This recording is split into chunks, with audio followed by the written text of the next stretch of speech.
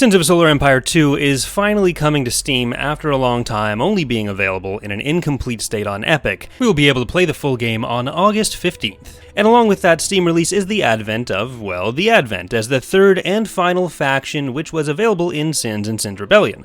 Any of the remaining placeholder content and work-in-progress systems are also on their way to being finished, so while some of the content you're going to be seeing in today's video is still in progress, Stardock have kindly provided me with an early preview copy, and I have some thoughts on how the game is so far, especially having just played my first Advent game.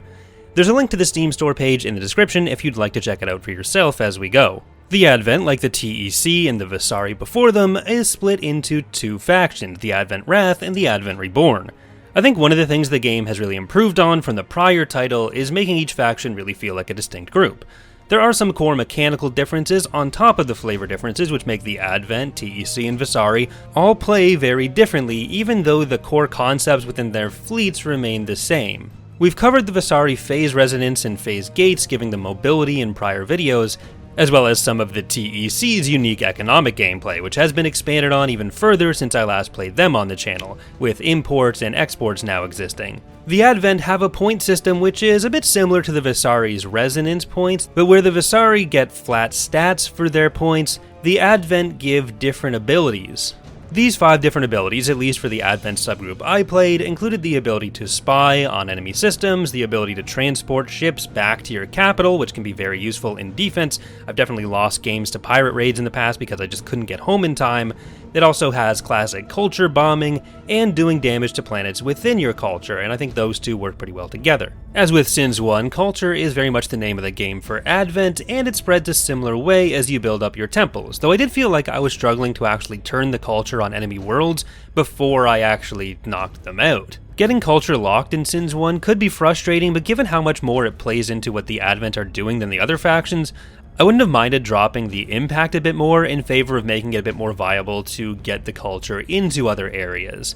But again, my experience with the faction is still very limited, so I may be off on my interpretation of how strong or weak systems are, especially given that I've only ever played against AI with them.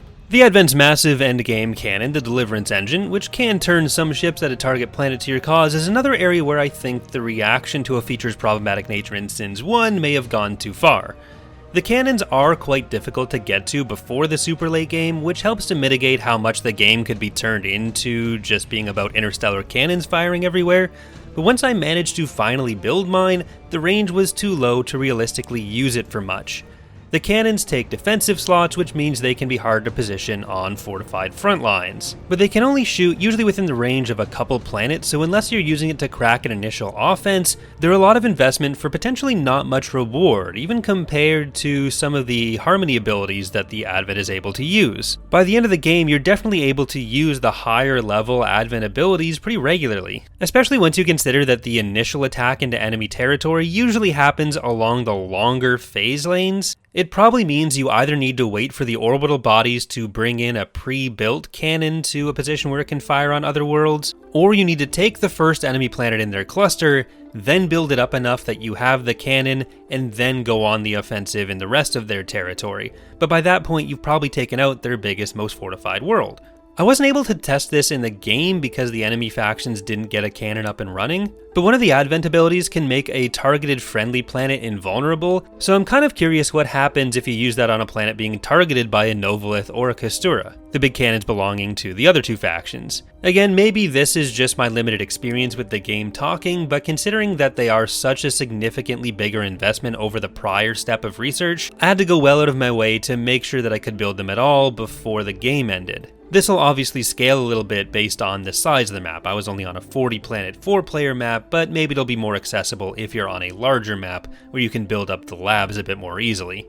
Overall though, those areas aside, I'm very happy with the way the gameplay has evolved from Sins 1 and over the course of Sins 2's development. There were a few things with planet and ship items, as well as research and minor factions, which didn't feel super clear or useful before in earlier versions of Sins 2, but which feel pretty intuitive now, especially with the addition of new tutorials, which you can pretty quickly breeze through to point you in the right direction on how all the features work. I usually kind of dread tutorials because they just feel so overloaded, but the tutorials that exist here are all very quick to the point, and you can quickly jump back in if you forget anything that you learned. To me though, one of the more interesting parts of these tutorials is whether modders will be able to use the kinds of triggers involved in these on-screen messages for adding extra narrative depth to in-game abilities or events. That was something that I always wished we were able to do in Sins 1, but which the game had no support for whatsoever, so fingers crossed that this can open up some other options for modders.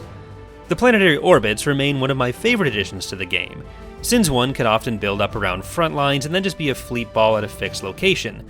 But the fact that all the planets will move over the course of the game, some more than others, helps the game feel a bit more dynamic, and encourages building some things up to protect against different approaches rather than just having the one choke point, or to try different approaches yourself. Knowing that a planet that's currently deep in your territory will eventually be in the middle of the enemy territory can be used to plan a lot of fun strategies and surprise attacks. A lot of the changes to core functions like this are the biggest steps up from Sins 1 to Sins 2. The way that weapons on ships work is another big example of the improvements here. In Sins 1, any weapon type on a ship was basically a packet of damage fired off in any of the 4 banks. So there was a forward, back, left, and right bank for each weapon, and then it basically just did a certain amount of damage. There was a projectile that was fired, but the art for the weapons wasn't actually connected to the damage being done. It was just a kind of separate visual representation, which could not be interacted with in any meaningful way. In Sins 2, every weapon on every ship is its own kind of hardpoint, like an Empire at War. The projectiles, particularly missiles, are actual objects in the game space that can be interacted with. So accuracy is a meaningful thing now, and things like point defense can shoot down incoming projectiles. The planet and fleet outliners are similarly great improvements over how things worked in Sins 1. Being able to handle ship construction from wherever your fleet is and have ships come from the shipyards to join that fleet is a huge improvement. And I found myself using the planet outliner to do all of the planet upgrades and structure building unless I wanted to specifically position something like a starbase, and that really mitigated what used to happen in Sins 1 where you'd kind of be clicking around randomly on all your planets hoping to notice whether something wasn't upgraded properly. You're able to plan things a lot more holistically when you're looking at all of these planets together on a list in one page and able to adjust things on the go for everything at once. Visually, there have been some complaints that the game looks too cartoony with the ship colors. This isn't something that I agree with. I actually like the aesthetic of the ship models, and I like the color. I think it helps make the game more readable, especially if you're going to be doing big team games where there can be multiple fleets mixed in together from different players. But for people who do feel that way, an option has been added called minimalistic fleet colors. This basically sets the default look of the ships to the more industrial Sins 1 style, and then uses your primary team color for where the secondary team color would normally be the smaller stripes. Well, I think the secondary color influences the color the lights use. But there is one other issue related to the art which I find quite disappointing and which I do feel the need to bring up. Aside from the store page disclaimer, it's hard to miss that there is significant use of AI-generated art directly in the game. This is something that in many cases has made me skip over other games where I don't have quite the same history as I do with Sins. And it's a big factor in why some of my friends who I know were very into Sins 1 won't be covering Sins 2 at all. I find this use especially worrying in a games industry faced with so many layoffs in recent times, with those showing no sign of slowing down, and the use of generative AI being unlikely to slow down either. It's probably only going to be used in more and more games, probably contributing to more layoffs or the prevention of new jobs opening up. I don't think I'm going to change anyone's mind on the ethics or economics of this in a video like this, and I'm not going to get too far into it. You probably already knew whether you cared or not when I said that there was AI-generated content in the game. I personally feel very differently about it now than I did when it first came around, given that we used generative AI tools for icons and the mods I worked on, before deciding that wasn't something we felt comfortable with and removing them in the next build, so this isn't just a knee-jerk reaction I'm having. As far as how it impacts what you end up playing directly, the setting of Sins wasn't something people would hold up as a strong point of the game in Sins 1, and unfortunately that feels even more true now, with a lot of the background and UI art which provides the backbone of that setting in a game without a narrative campaign, having what feels like clear hallmarks of AI in them. To me, that detracts from rather than adds to the experience. Those are my thoughts though on where Sins 2 stands as it heads for release. Gameplay wise, I think it's a big leap forward from what existed in Sins 1, and I'm really happy with where all the factions have gone especially. I'm also excited to see where mods are able to take all of this once the tools for that are out, given the breadth of great modding projects which exist in the original game, and the amount of support that Ironclad and Starlock have shown for modding of Sins 1 in the past. They've been very receptive to requests that modders have made for additional functionality, and I see no reason that would change now. Let me know in the comments though, are you going to be checking out Sins 2? There is once again a link to the Steam page in the description. Thank you for watching, and I hope to see you next time.